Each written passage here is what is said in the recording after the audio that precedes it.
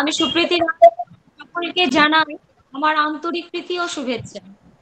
আজকের এই প্রধান আলোচ্য বিষয় হলো বিশ্বকবি রবীন্দ্রনাথ ঠাকুরের শিক্ষা দর্শন। বিশ্বকবি রবীন্দ্রনাথ ঠাকুর সম্পর্কে কম বেশি আমরা সকলেই জানি। আর এই শিক্ষা দর্শনের উপর বক্তব্য রাখবেন মাননীয় শ্রী রঞ্জিত কুমার নায়ক মহাশয়। তিনি একজন অবসরপ্রাপ্ত ব্যাংক আধিকারিক, তবে তিনি মোটেও অবসর গ্রহণ করেননি বর্তমানেও, কারণ বর্তমানেও তিনি রবীন্দ্র ভারতী সোসাইটির একজন সহ সম্পাদক, আবার বাংলা ভাষা সাহিত্য পত্রিকার সম্পাদনার সাথে যুক্ত রয়েছে। বাংলা চলচ্চিত্র, কবিতা, গান এমন আরো অনেক সৃজনেও মগ্ন। সঙ্গে রয়েছেন নায়ক মহাশয়ের জীবন সঙ্গিনী মাননীয়া বিজয়া নায়ক মহাশয়া, যিনি সুমধুর কণ্ঠে রবীন্দ্রসঙ্গীত গেয়ে আমাদের মুগ্ধ করেছেন। তাই বেশি কথা না বাড়িয়ে আমি অনুরোধ করব মাননীয় শ্রী রঞ্জিত নায়ক স্যার এবং মাননীয় বিজয়া নায়ক ম্যাডামকে আমাদের সঙ্গীত ও মূল্যবান বক্তব্য সামনে উপস্থাপন।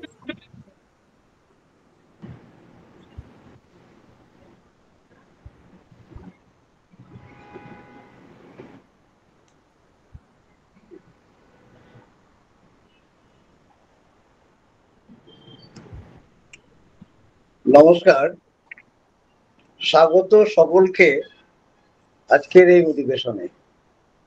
মোদক ট্রেনার একাডেমি আন্তর্জালিক বৈদ্যুতিন মাধ্যমে বিভিন্ন বিষয়ে প্রশিক্ষণ দানরত একটি স্বীকৃত প্রতিষ্ঠান। নানাভাবে বিভিন্ন আঙ্গিকে এনারা বিদ্যার্থীজন এবং সমাজের বিভিন্ন স্তরে শিক্ষাদান করে সমৃদ্ধ করে চলেছেন। কৃতজ্ঞতা জানাই শ্রী গণেশ মোদক মহাশয়কে, যিনি এই প্রতিষ্ঠানটির প্রতিষ্ঠাতা ও মুখ্য নির্বাহী আধিকারিক, ডক্টর গার্গী মহাশয়া এবং অধ্যাপক মনতোষ দাশগুপ্ত, যারা সংস্থাটির ডিরেক্টর হিসাবে আজকের অধিবেশনে আমন্ত্রণ জানিয়ে আমাদেরকে যুক্ত করেছেন। তাদেরকে জানাই ধন্যবাদ। বিশেষ ধন্যবাদ জানাই আমার বিশিষ্ট সাহিত্যিক বন্ধু শ্রী বরুণ চক্রবর্তী মহাশয়কে, যিনি এই মেলবন্ধনের কাজটি সমাধান করেছেন। শিক্ষা শুধু জ্ঞানার্জনের পন্থা নয়, এটি মনুষ্যত্বের পূর্ণ বিকাশের সহায়তা দান করে। জ্ঞান অর্জন দ্বারা জীবিকা নির্বাহের সুযোগ ঘটে, সত্যি কথা, কিন্তু প্রকৃত শিক্ষা মানে আরো বৃহত্তর কিছু বোঝায়। শিক্ষা পরিপূর্ণ হলে তবেই চারিত্রিক বিকাশ ঘটে। তখন ক্ষুদ্র মানুষ থেকে বৃহৎ মানুষে পরিণত হয়, ঘটে মনুষ্যত্ব অর্জন, জাগ্রত হয় বিবেক, আলোকপূর্ণ হয় মানুষের মন, সেই আলো আবার সমাজকে আলোকিত করে চলে। বিশ্বকবি রবীন্দ্রনাথ ঠাকুর শিক্ষা প্রতিষ্ঠানে গিয়ে বাঁধা ধরা পাঠ্যক্রম এবং যাবতীয় নিয়মের নিগড়ে বাঁধা পড়ে থাকতে চাননি। পুঁথিগত শিক্ষা লাভ, রোজকার নিয়ম মতো শিক্ষায়তনে গিয়ে রোজ হাজিরা দিতে তার মন চাইতো না। তিনি চাইতেন স্বাভাবিক নিয়মে খোলামেলা পরিবেশে যে শিক্ষা বা পাঠের সাথে মনের বা অন্তরের যোগ থাকবে সেই শিক্ষা গ্রহণ করতে। তার লেখা আংশিক আত্মজীবনীমূলক গ্রন্থ জীবন স্মৃতি এবং 30শে জুন 1939 সালে যখন তার জীবদ্দশায় রবীন্দ্র রচনাবলীর পূর্ণাঙ্গ গ্রন্থ প্রকাশ করা হয়, তার মুখবন্ধে অর্থাৎ তার ভূমিকাতে তিনি একটি বড় প্রবন্ধ লিখেছিলেন। তার নাম হচ্ছে অবতরণিকা। সেই অংশে তিনি লিখেছেন তার জীবনে শিক্ষা গ্রহণ বা শিক্ষা লাভের বিভিন্ন যে ক্রম পর্যায়, সেগুলোকে তিনি সেখানে বর্ণনা করেছেন। এখন দর্শন একটি সংস্কৃত শব্দ। এটার ব্যুৎপত্তি হচ্ছে দৃশ ধাতু অনট প্রত্যয় যোগে। অর্থাৎ দর্শন। দর্শন মানে দেখা। এই দেখা আবার দু ধরনের হয়। একটা হচ্ছে আমরা চোখ দিয়ে যে বাইরের জিনিস দেখি, আর একটা দেখা হচ্ছে সেই বাইরের যে দেখাটাকে সেটাকে আমরা অন্তরে চালান করে, অন্তরে জারিত করে, অন্তরকে পুষ্ট করা, সেটি হচ্ছে আরেকটি দেখা। আমরা যে দেখা বাইরে চোখ দিয়ে দেখি সেটাকে বলে আউটার সাইড, আমরা দেখছি, তবে সেটা কিন্তু আবার স্থায়ী হয় না, কারণ তাতে পট পরিবর্তন ঘটে, দৃশ্য থেকে দৃশ্যান্তরে চলে যায়, সেই জন্য ওটা স্থায়ী ছাপ ফেলতে পারে না। কিন্তু যে দর্শন, যে দৃষ্টি বা যেটাকে আমরা বাইরে থেকে নিয়ে অন্তরের মধ্যে দিলাম এবং অন্তরের মধ্যে সেটাকে আমরা আরো ভালোভাবে পুষ্টি সাধন করলাম, সেই যে দর্শন বা দেখা, এইটি কিন্তু আমাদের চিরস্থায়ী ছাপ দেয়। সেই দর্শন বা সেই দৃষ্টি কিন্তু অন্তর্দৃষ্টি, সেইটা আমরা ভালোভাবে মনের মধ্যে স্থায়ী ছাপ রাখতে সক্ষম হই। বিশ্বকবি রবীন্দ্রনাথ ঠাকুরের এই অন্তর্দৃষ্টি ছিল প্রখর, ভাবনার গভীরতা ছিল প্রবল, যার ফলে তিনি বাইরে যা কিছু দেখেছেন, বাইরে যা কিছু চোখ দিয়ে দেখেছেন, সেটিকে তিনি অন্তর দিয়ে মন থেকে অনুভব করেছেন, যার ফলে তিনি এত সৃষ্টি করতে পেরেছেন, তার দর্শন শক্তি এত প্রবল ছিল। কবিগুরুর জীবন ও কর্ম সম্বন্ধে চর্চা, গবেষণা, পড়াশোনা করলে তার সম্বন্ধে অনেকগুলি দর্শনের আমরা সন্ধান পেয়ে থাকি। তার কর্মজীবন, সাহিত্য জীবন এত ব্যাপক, বৃহত্তর, যে সাধারণের পক্ষে তা অনুধাবন করা বেশ কষ্টকর ব্যাপার। এর জন্য প্রয়োজন তাকে আরো বেশি বেশি করে জানা, তার লিখে যাওয়া সাহিত্য সম্ভার এগুলো বারবার করে পড়া, তবেই তার সম্বন্ধে, তার জীবন, তার কর্ম, তার সাহিত্য এগুলো সম্বন্ধে আমরা খানিকটা জানতে পারবো। সম্পূর্ণ জানা এক জন্মে সম্ভব নয় রবীন্দ্রনাথ ঠাকুরকে। তার জীবন পর্যালোচনা করলে পাওয়া যায় অনেকগুলো দর্শন: জীবন দর্শন, আত্মদর্শন, সাহিত্য দর্শন, শিক্ষা দর্শন, অধ্যাত্ম দর্শন, মানবতাবাদ দর্শন, বিশ্ব সাম্য দর্শন, বিজ্ঞান দর্শন, কর্ম দর্শন, সত্য দর্শন, ন্যায় দর্শন, সমাজ দর্শন, প্রকৃতি দর্শন, অনন্ত বিশ্ব দর্শন, পরলোক দর্শন, রাষ্ট্র দর্শন। একটি মানুষের মধ্যে আমরা এতগুলো দর্শনের সন্ধান পাই, এতগুলো দর্শন নিয়ে তিনি ছিলেন পরিপূর্ণ। তার মধ্যে শিক্ষা দর্শন তো একটি আরো গুরুত্বপূর্ণ, কারণ শিক্ষা থেকেই সমাজের মেরুদণ্ড বা সমাজ গড়ে ওঠে। শিক্ষার দর্শন হচ্ছে আরো ব্যাপকতর অর্থে ব্যবহার হয়। প্রতিটি দর্শন ভিন্ন ভিন্ন ভাবে তার জীবনে উদ্ভাসিত হয়ে রয়েছে। এই দর্শন তত্ত্বগুলি নিয়ে তিনি ভেবেছেন, চিন্তা করেছেন, নিজের জীবনে ধারণ করেছেন এবং লিখে গিয়েছেন আমাদের জন্য বিশ্বজনের জ্ঞাতার্থে।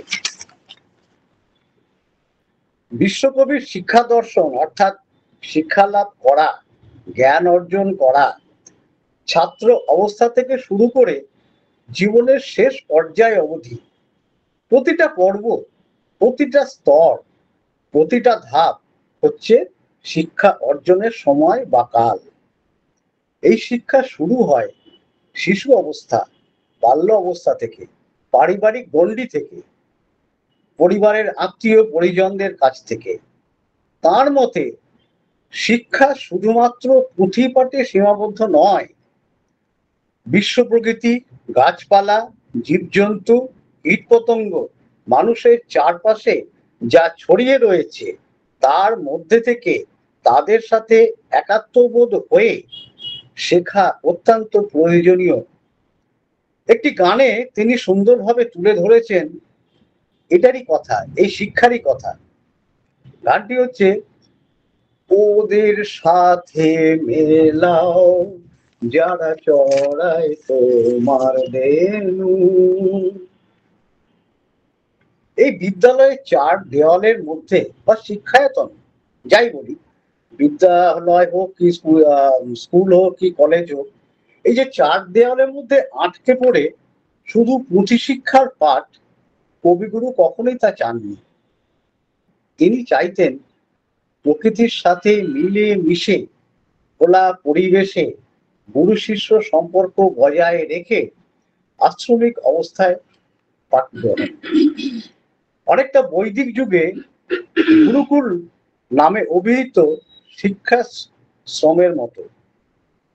এর ফলে ছাত্রদের দৈহিক, মানসিক, বুদ্ধিবৃত্তির স্বাভাবিক বিকাশ ঘটবে, যে ব্যবস্থা পরবর্তী অধ্যায়ে আরো ভালোভাবে সুযোগ করে দেবে তাদের শিক্ষা ও চারিত্রিক বিকাশ সাধনে। কবিগুরু শান্তিনিকেতনে শুরু করেছিলেন ব্রহ্মচর্যাশ্রম স্কুল, প্রথম 5টি ছাত্র নিয়ে, যা একেবারে ছিল আশ্রমিক স্কুল। সেই প্রাচীনকালের গুরু শিষ্য পরম্পরায় বা গুরু শিষ্যর যে গুরুকুল বলতে যে স্কুল বোঝায়, ঠিক সেই ধরনের স্কুল নিয়ে তিনি শুরু করেছিলেন 5টি ছাত্র নিয়ে আশ্রমিক স্কুল। গুরুর আশ্রমের যে পরিবেশ, যেভাবে শিক্ষাদান হতো সেই প্রাচীনকালে, ঠিক সেই রকম ভাবে খোলামেলা উন্মুক্ত পরিবেশে মন এবং দৃষ্টিকে প্রসারিত করে আশ্রমে গাছের তলায় বসে গুরুদেব ছাত্রদেরকে নিয়ে পড়াতে বসতেন। তিনি স্কুলের নাম দিয়েছিলেন আশ্রম, যা একটি নূতন ধারায়, নতুন ভাবনায়, নতুন আঙ্গিকে শিক্ষাদান পদ্ধতি। শুধু পড়াশোনা নয়, বুদ্ধির স্বাভাবিক বিকাশের জন্য মন যা চায়, খেলাধুলা, গান, কবিতা পাঠ, ছবি আঁকা, প্রতিটি শেখায় উৎসাহ যোগাতেন তিনি, নিজে হাতে ধরে শিখিয়ে দিতেন। শিক্ষা সম্বন্ধে কবিগুরুর ভাবনা এবং তার যথার্থ প্রয়োগ শান্তিনিকেতনে, এটাই হচ্ছে তার শিক্ষা দর্শন। তিনি ছিলেন মনে প্রাণে বৈদিক যুগের ঋষিতুল্য মানুষ, ভাবনায় ছিলেন উচ্চ মার্গীয় পুরুষ। শিক্ষা সম্বন্ধে তার ভাবনার ফলিত প্রয়োগ এই আশ্রমিক চিন্তাধারা। বেদ উপনিষদের বাণী তার তার জীবনকে করেছে সমৃদ্ধ। শিক্ষা জ্ঞান লাভের পথে তিনি এই বাণীগুলি ধরে রেখেছেন তার মর্মে, উপলব্ধিতে। গান, কবিতায় ধরা দিয়েছে, তুলে ধরেছেন বাণীর মর্মার্থ। সত্যম জ্ঞান অনন্তম, তিনি সত্য, তিনি জ্ঞান, তিনি অনন্ত, তিনি সকলের গোচরে, সকলের কাছে প্রকাশিত হচ্ছেন প্রতিনিয়ত। এটি বুঝবার, হৃদয়ঙ্গম করার মতো জ্ঞান অর্জন করতে হবে। আনন্দ রূপ অমৃতং যদ্বিভাতি। উপনিষদের এই বাণীর অর্থ হলো, তিনি আনন্দরূপ, তার আনন্দের স্বরূপ আমাদের কাছে প্রকাশ পাচ্ছে। এই যে প্রকাশ, তা আমাদের সকলকে জ্ঞান দ্বারা, শিক্ষা দ্বারা গ্রহণ করতে হবে। এই আনন্দরূপ অমৃতের ন্যায় উদ্ভাসিত হয়ে রয়েছে আমাদের চারিপাশে। এই সত্য, জ্ঞান, অনন্ত, আনন্দরূপ, এরই সন্ধান তিনি পেয়েছিলেন, প্রতিটি ধারায় উপলব্ধি করেছিলেন। কবিগুরু সেই আলোয় উদ্ভাসিত হয়েছিলেন, আলোকিত হয়েছেন, জ্ঞানের আলোয় আমাদের সমৃদ্ধ করেছেন। কবিগুরুর একটি বিখ্যাত গানে লেখায়, তারই লেখা গানে এই আনন্দের সন্ধান বা খোঁজ।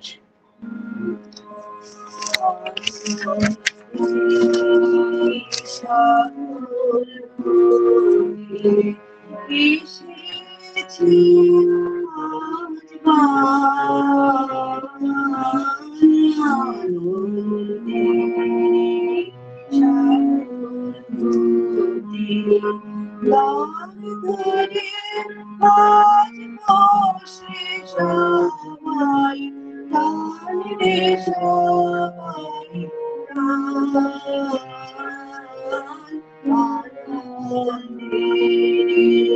সাগর বোঝা ধরে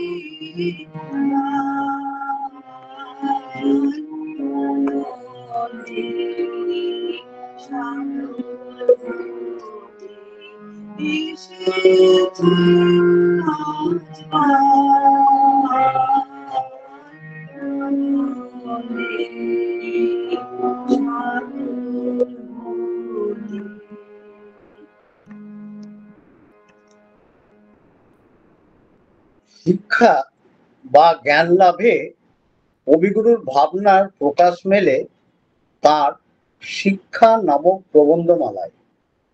প্রায় 23টি প্রবন্ধে তিনি তার ভাব, ইচ্ছা, শিক্ষার যথার্থ প্রয়োগ পদ্ধতি, সমস্যা যে আসবে তার সেগুলোকে দূর করা, এগুলো তিনি বিস্তারিতভাবে তুলে ধরেছেন এই প্রবন্ধগুলিতে। কতগুলি প্রবন্ধ আবার বিদ্যালয় স্তরে এখনো পঠন পাঠন হয়, অর্থাৎ পরীক্ষা মানে স্কুলের যে সিলেবাস তাতে কিন্তু রবীন্দ্রনাথের এই শিক্ষা যে প্রবন্ধমালা তার কিছু কিছু প্রবন্ধ এখনো পর্যন্ত সেগুলো সিলেবাসে আছে। তো এই যে শিক্ষা প্রবন্ধমালা তার মধ্যে অনেকগুলো খুব নামকরা, মানে যেগুলো খুব দরকার, সেগুলো হচ্ছে শিক্ষার হেরফের, শিক্ষার সংস্কার, তপবন, শিক্ষাবিধি, স্ত্রী শিক্ষা, শিক্ষার বাহন, বিদ্যার যাচাই, শিক্ষার মিলন, শিক্ষার বিকিরণ, শিক্ষা ও সংস্কৃতি, আশ্রমের শিক্ষা। এই প্রবন্ধগুলো এক একটা অমূল্য রত্নসম প্রবন্ধ, যেগুলি থেকে তার শিক্ষা দর্শনের প্রকৃত আভাস পাওয়া যায়। শিক্ষার হেরফের যে একটা প্রবন্ধ, সেই প্রবন্ধে তিনি বলেছেন যে তৎকালীন সময়ে বাংলা ভাষা শিক্ষা লাভের বদলে যত তাড়াতাড়ি সম্ভব বিদেশীয় ভাষা শিক্ষা গ্রহণ করে পাশ করে কাজের জগতে প্রবেশ করতে হবে। অতএব প্রাণপণে মুখস্থ করে পরীক্ষার খাতায় গমন করা ছাড়া উপায় থাকে না। এই কথা তিনি আজ থেকে বলে গেছেন প্রায় 100 বছর আগে, শতাধিক বছর আগে, এবং সেই জিনিস কিন্তু আমরা এখনো পর্যন্ত তারই প্রতিফলন দেখতে পাই। অর্থাৎ এখনো যে আমাদের শিক্ষার যে পদ্ধতি তাতে কিন্তু একই, যাকে আমরা বলি commit two memory and vomit on papers. কোনোভাবে মুখস্থ করে সেটাকে পরীক্ষার খাতায় ঢেলে দিয়ে নম্বর পেয়ে পাস করে তত তাড়াতাড়ি সম্ভব কর্মজীবনে প্রবেশ করতে হবে। এর ফলে কিন্তু মনের বিকাশ বা শিক্ষার বিকাশ শুধু পড়া হতো, হয় না। আবার শিক্ষা সংস্কার, এই প্রবন্ধে তিনি বলেছেন পুঁথিগত শিক্ষার বাইরে সৃষ্টি সৃজন শিক্ষার কথা। অর্থাৎ শুধু বই পড়ে যে শিক্ষা অর্জন তা নয়, তার থেকে আরো কিছু সৃজন শিক্ষা, নতুন ভাবে কিছু তৈরি করা, নতুন ভাবে কিছু সৃজন করা, সৃষ্টি করা, সেটা বস্তুগত হোক বা মনোগত হোক, এই সৃজনের কথা তিনি বলেছেন শিক্ষা সংস্কার প্রবন্ধে। স্ত্রী শিক্ষা প্রবন্ধে তিনি বলেছেন ঘরের স্ত্রী জাতির যদি শিক্ষা লাভ বা জ্ঞান অর্জন না হয় তাহলে জাতির ভবিষ্যৎ কিন্তু অত্যন্ত দুর্দশাময় হয়ে উঠবে। তপবন প্রবন্ধ যেটি আছে তাতে শহরের স্কুলগুলি বা শহরের শিক্ষায়তনগুলি চুন, কাঠ, সুরকি দ্বারা নির্মিত চারিদিকে দেওয়াল তুলে এবং সেই শিক্ষা গৃহের মধ্যে নিরস যে বেঞ্চগুলো শুধুই মনের ওপর চাপের সৃষ্টি করে, দৃষ্টিকে সীমাবদ্ধ করে দেয়, সে কথা বলেছে। তার তুলনায় আশ্রমিক পরিবেশ কত উন্নতভাবে শিক্ষা দেয় তুলনামূলকভাবে, তাই তিনি দেখিয়েছেন। আশ্রমের শিক্ষা আরেকটি প্রবন্ধ, তাতে তিনি বলেছেন গুরু যিনি হবেন অর্থাৎ শিক্ষক যিনি হবেন তার সম্বন্ধে তিনি বলেছেন কি, যে গুরুর অন্তরে ছেলে মানুষটি একেবারে শুকিয়ে কাঠ হয়েছে তিনি ছেলেদের ভার নেওয়ার অযোগ্য। অর্থাৎ প্রত্যেকের অন্তরে বা যিনি গুরু বা যিনি শিক্ষক হবেন তার অন্তরে একটি ছেলে মানুষ ভাব থাকবে। ছেলে মানুষ ভাব থাকলে তবেই সে কিন্তু ছাত্রদের সাথে, ছেলে মানুষদের সাথে, বালকদের সাথে মিশে তাদের মন অনুযায়ী, তাদের চিন্তা অনুযায়ী শিক্ষাদান করতে পারবে। শিক্ষার বাহন প্রবন্ধে বলেছেন আধুনিক শিক্ষা তার বাহন পায়নি, তার চলাফেরার পথ খোলসা হচ্ছে না। শিক্ষাকে স্থানীয় গণ্ডিমুক্ত করে সর্বজনীন করে তুলতে হবে। প্রাথমিক স্তরে শিক্ষার বহন হবে অবশ্যই আপন আপন মাতৃভাষা। এখানে তিনি মাতৃভাষার উপরে জোর দিয়েছেন, অর্থাৎ প্রাথমিক স্তরে শিক্ষার বাহন হতে হবে কিন্তু আপন আপন মাতৃভাষা। আবার শিক্ষার মিলন প্রবন্ধে শিক্ষার সাথে কারিগরি যোগের কথা বলেছেন, বিজ্ঞানের যোগ, সৃষ্টিশীলতার যোগের কথা বলেছেন, শিক্ষার সাথে কর্মের যোগ সাধন, মানে শুধু শেখাটা যে পুঁথিগত শেখা তা নয়, শিক্ষার সাথে আমার কর্মের যোগ, মানে আমি যেটা শিখছি সেটা যাতে আমি আমার ভবিষ্যৎ কর্মজীবনে সেই শিক্ষাটাকে লাগাতে পারি, তার উপরে তিনি জোর দিয়েছেন এবং এটা তিনি বলেছেন শিক্ষার মিলন প্রবন্ধে। প্রতিটি প্রবন্ধ বিস্তারিত অধ্যায় রূপে গণ্য হয়েছে। প্রবন্ধগুলো যদি ভালো করে পড়া যায় তাহলে দেখা যাবে যে প্রবন্ধগুলোর যে প্রথম দিকটা, প্রথমাংশে উনি চিরাচরিত কথার ধারার কথা বলেছেন, অর্থাৎ যেভাবে হয়ে আসছে। তারপরে সমস্যার বিষয়গুলি উনি তুলে ধরেছেন, অর্থাৎ সেই চিরাচরিত ধারা প্রয়োগ করার ফলে যে সমস্যাগুলো উদ্ভূত হচ্ছে সেইগুলোর কথা বলেছেন। কোনটা ভালো কোনটা মন্দ তুল্যমূল্য বিচার করে দেখিয়েছেন। শুধু সমস্যার কথা আলোচনা নয়, সমস্যার সমাধান বা অসুবিধাগুলোর দূরীকরণে কিভাবে এগোতে হবে, কাদের উদ্যোগ নিতে হবে, কিভাবে সফলতা আসতে পারে, সফলতা আসবে কোন পথে, তারও বিস্তারিত আলোচনা করেছেন এবং পঠন পাঠন রীতির পথ বলেছেন, সিলেবাসের কথা বলেছেন, শিক্ষা সংস্কারের কথা বলেছেন। তিনি যেভাবে শিক্ষার প্রচলন হওয়া উচিত, ব্যবহারিক প্রয়োগ হওয়া দরকার, সেগুলো নিয়ে প্রচুর চিন্তা ভাবনা করেছেন এবং শান্তিনিকেতন আশ্রম বিদ্যালয়, কলেজ ও বিশ্ববিদ্যালয়ে তার প্রদর্শিত পথেই চলেছে আজ পর্যন্ত, তার নড়চড় হয়নি। শিক্ষা দর্শন বিষয়ে কবিগুরুর ভাবনার প্রকাশ মেলে নৈবেদ্য কাব্যগ্রন্থের 72 নম্বর কবিতায়, যেখানে তিনি লিখেছেন, চিত্ত যেথা ভয় শূন্য, উচ্চ যেথা শির, জ্ঞান যেথা মুক্ত, যেথা গৃহের প্রাচীর, আপন প্রাঙ্গণ তলে দিবস সর্বরি, বসুধারে রাখে নাই খণ্ড ক্ষুদ্র করি, যেথা বাক্য হৃদয়ের উৎসমুখ হতে উচ্ছ্বসিয়া ওঠে, যেথা নির্বারিত স্রোতে দেশে দেশে দিশে দিশে কর্মধারা হয়ে অজস্র সহস্র বিধ চরিতার্থতায়।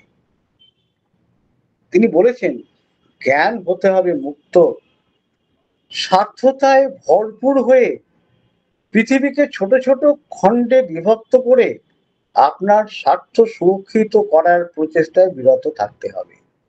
মনকে করতে হবে উদার, তুচ্ছ আচার বিচারে মগ্ন না থেকে প্রেমের দ্বারা জয় করতে হবে আপনার মানুষজনকে, যারা ঘিরে রয়েছে মানুষের গৃহের দুয়ারের বাইরে। আপনার যে নিজের অন্তরের বাক্য, অন্তরের কথা, যার উৎসস্থল হচ্ছে অন্তর, সেখান থেকে বাক্য যেটা উচ্ছ্বসে উঠছে, সেটা চারিদিকে ছড়িয়ে পড়ুক, দেশে দেশে ছড়িয়ে পড়ুক এবং সেই কর্মধারা হয়ে ছড়িয়ে পড়ুক সহস্র বিধ চরিতার্থতায়, এবং সেটা নানাভাবে চরিতার্থ লাভ করুক, সেটাই তিনি ওই কবিতাতে বলেছেন। বিশ্বকবি আপনার নিজস্ব জগৎ, আপন জগৎ, নিজস্ব সীমানা ছেড়ে বিশ্বজনীনতার জয়গান গেয়েছেন। শিক্ষা, জ্ঞান, সংস্কৃতি, কৃষ্টি, এইগুলো কোনো দেশ বা জাতির নিজস্ব গণ্ডির মধ্যে আবদ্ধ থাকতে পারে না। তিনি চেয়েছিলেন এগুলিকে আপন সীমানা, আপন গোষ্ঠী ছাড়িয়ে দেশকালের সীমানার বেড়ি ভেঙে বিশ্বজনীন হোক। সীমা, সেটা যোগ হোক অসীমের সাথে, আদান প্রদান চলে থাকুক নিরন্তর, বয়ে চলুক নিরন্তর আনন্দ ধারা। শিক্ষা সংস্কৃতির আদান প্রদান যত বাড়বে, ততই বাড়বে সুখ সমৃদ্ধি, মানুষ হয়ে উঠবে ক্ষুদ্র থেকে বৃহত্তর মানব। নিজেকে বিশ্বের সাথে যোগ করতে হবে, আপন আত্মার সাথে বিশ্ব মানবের আত্মার যোগসূত্র সাধন করতে হবে, লিখে গিয়েছেন তারই জয়গাথা একটি বিখ্যাত গানে।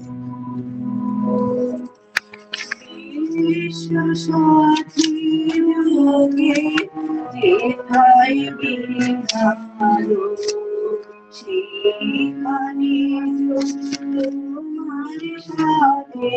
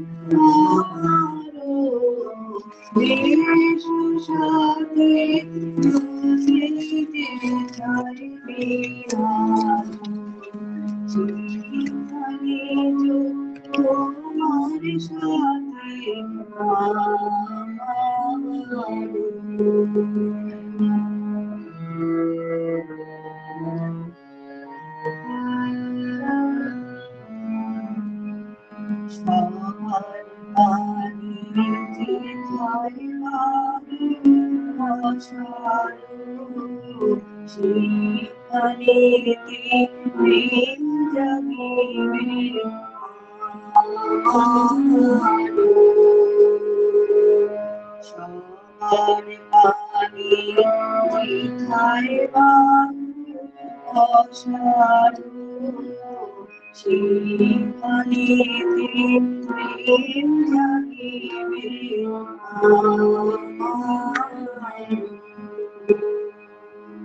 গোপনে প্রেম জয় না ঘরে কদর মতো ছড়িয়ে পড়ে গোপনে প্রেম জয় না ঘরে কদর মতো ছড়িয়ে পড়ে সবার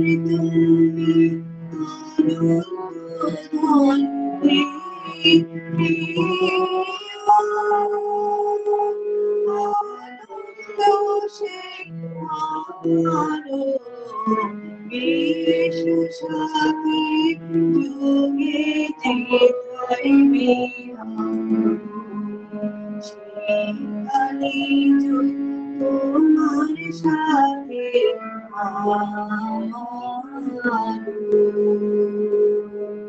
বিশ্ব সাথী যদি যেথায় বিহার।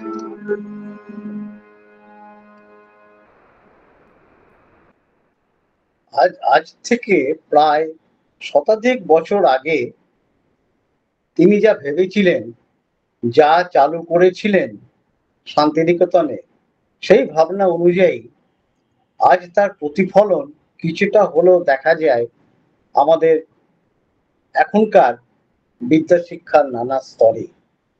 শুধু বই পড়া বা মুখস্থ বিদ্যা নয়, এখন দেখতে পাওয়া যায় কিন্ডারগার্টেন স্কুল, শিশুদের জন্য প্লে স্কুল, যেখানে ভাষা অক্ষর জ্ঞান শেখানো ছাড়াও খেলাধুলা, বুদ্ধির খেলা, আঁকাঝোঁকা, বিভিন্ন প্রজেক্ট তৈরির কাজ ইত্যাদি শেখানো বা করানো হয়। শিশুদের স্বাভাবিক মস্তিষ্ক বিকাশের সাথে সাথে বুদ্ধিবৃত্তিরও বিকাশ ঘটে এগুলিতে। এগুলি অত্যন্ত প্রয়োজনীয়। একটি শিশুকে, একটি বালককে যদি স্কুলের চার দেওয়ালের মধ্যে আটকে রেখে শুধুমাত্র সেই পুঁথিগত পাঠ শেখানো হয়, তাহলে কিন্তু তার বিকাশ ঘটে না। আমরা তো তার একটি নাটক আমরা জানি, তোতা কাহিনী, অর্থাৎ সেই নাটকে আমরা দেখেছি যে একটি তোতাকে খাঁচাবন্দি করে রেখে তার মুখের মধ্যে খালি কাগজের পর কাগজ তাকে ঢোকানো হচ্ছে। সেই কাগজের পর কাগজে কি ছিল? সমস্ত পড়াশোনা, বিদ্যা, তারই কথা লেখা। এবং তাকে দেয়া হতো না দানা পানি, তাকে দেয়া হতো না খাবার, শুধু ওই কাগজগুলো বা শিক্ষাই ছিল তার খাদ্য। এর ফলে কি হতো? তোতা পাখিটি আস্তে আস্তে শুকিয়ে গেল এবং একদিন সে তার প্রাণ পাখি তার শরীর ছেড়ে বেরিয়ে উড়ে গেল। ঠিক তিনি তাই বলেছিলেন যে একটি শিশুকে যদি আমি চার দেওয়ালের মধ্যে আবদ্ধ রাখি এবং তাকে সেখানে যদি শুধু খালি পড়াশোনার মধ্যে নিবদ্ধ রাখি, তাহলে সে কিন্তু তার মন যাবে শুকিয়ে, তার বুদ্ধি যাবে শুকিয়ে, তার কোনো বিকাশ ঘটবে না। যাকে স্বাভাবিক বিকাশ বলে শিশু, সেটা বিকাশ ঘটবে না। শিক্ষা তো তার পরের ব্যাপার। অর্থাৎ শিশুর মন জুগিয়ে, তার মনের সাথে তাল মিলিয়ে তাকে সেইভাবে শিক্ষাদান করতে হবে। তার মন যেটা চায়, সে যদি মনে করে যে আমি বই পড়বো না, আমি ছবি আঁকা করব, আমি একটু খেলাধুলা করব, বা আমি গান করব, বা আমি কবিতা পাঠ করব, তাকে তাই করতে দেয়া হোক। তারপরে যেন জোর করে বইপত্রে বোঝা চাপিয়ে না দেওয়া হয়। তাহলে কিন্তু সেই শিশুর মন যাবে শুকিয়ে, তার বিকাশ ঘটবে না। ভাবিকালের যে বাংলা ভাষা এবং বানান সমস্যার, এটা নিয়েও কবিগুরু যথেষ্ট চিন্তা ভাবনা করেছেন এবং তিনি আশঙ্কা করেছিলেন যে ভাবিকালের বাংলা ভাষা এবং তার বানান কি রূপ দাঁড়াবে। তিনি শঙ্কিতও ছিলেন বাংলা শব্দ তার বানান আদিকালের রূপ থেকে আধুনিক রূপ এবং অক্ষরের যুক্ত বা বাহুল্য বা বাড়তি মেদ ঝরিয়ে ফেলার পক্ষপাতী ছিলেন তিনি।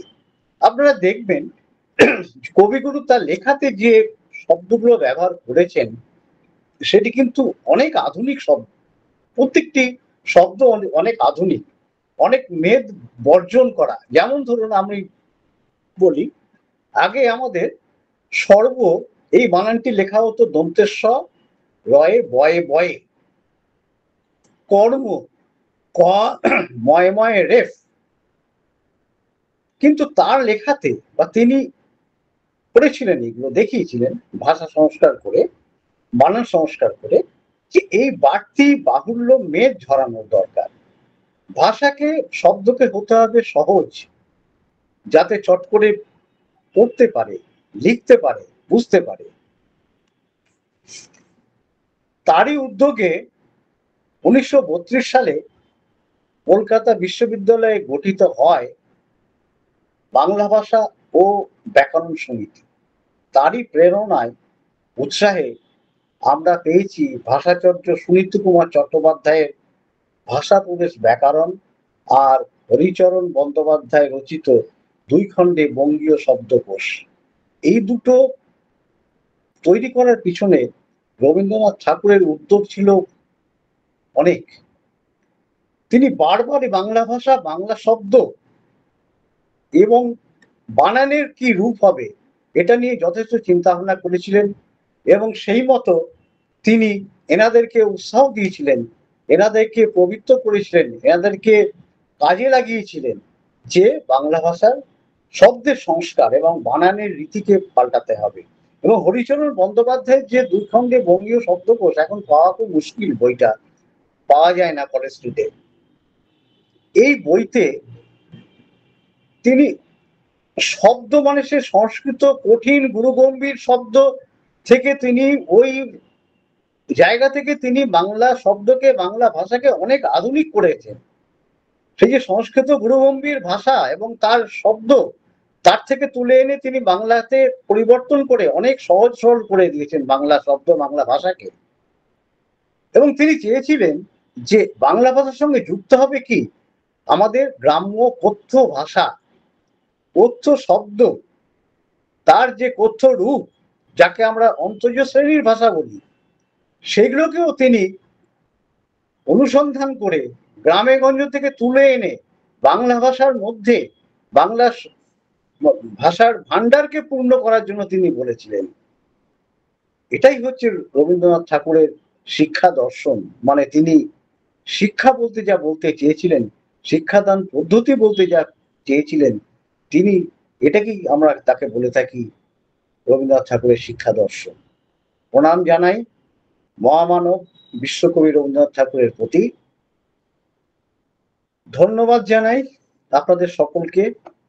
আপনারা ধৈর্য ধরে আপনাদের অমূল্য সময় আমাদেরকে দিয়েছেন, অনেকটা সময় অতিবাহিত করেছেন এই অধিবেশনে।